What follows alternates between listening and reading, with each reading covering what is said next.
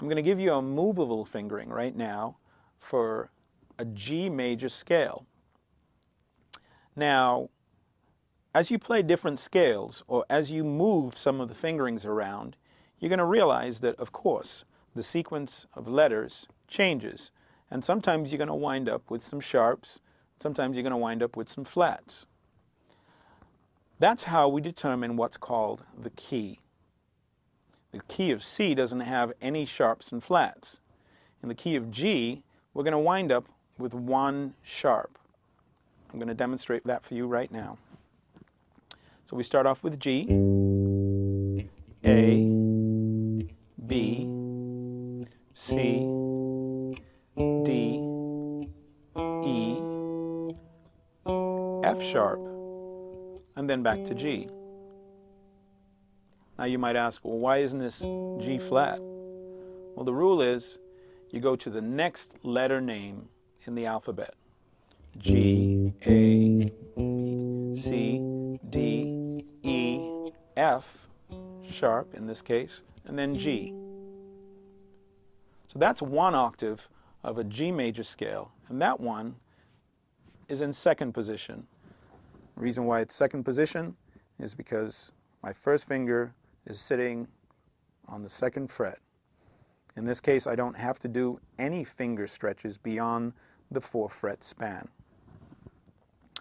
We're going to play another octave on top of that, so we're going to do a 2-octave G major scale. G, A, B, C, D, E, F sharp, G, A, B, C, D, E, F sharp, G. Now we're going to descend G, F sharp, E, D, C, B, A, G, F sharp, E, D, C, B, A, and G.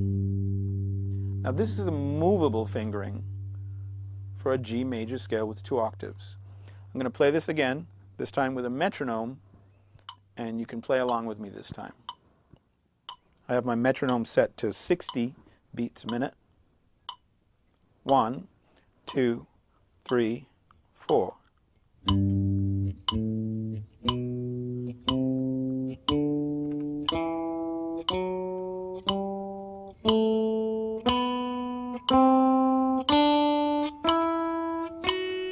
Descending.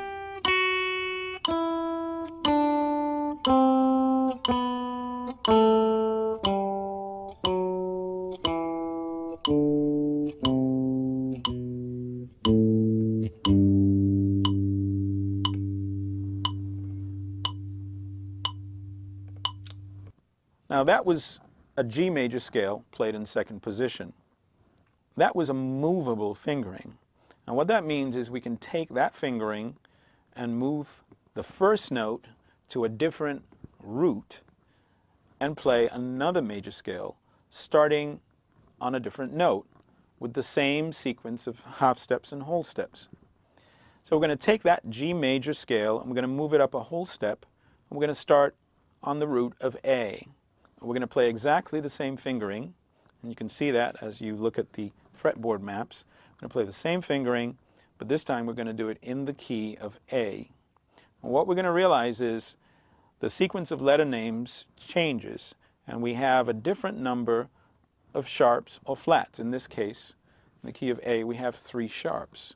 So we start off with A, B, C sharp, D, E, F sharp, G sharp, then we're back at A. One more time. A, B, C sharp, D, E, F sharp, G sharp, and we're back at A. Now we're going to practice this with our metronome, ascending and descending, and we're going to use alternate picking for this. 1, 2, 3, 4.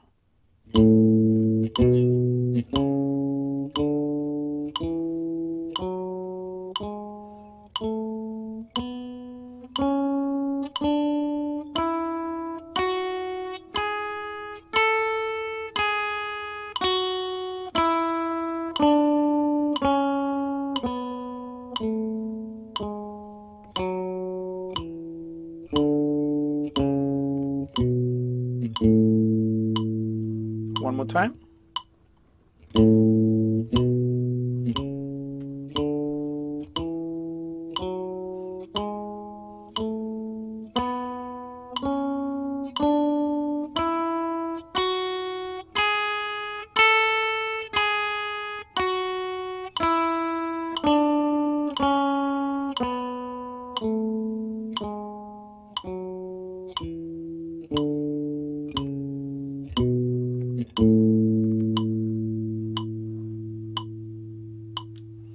That was an A major scale, and that one we were playing in 1, 2, 3, 4th position.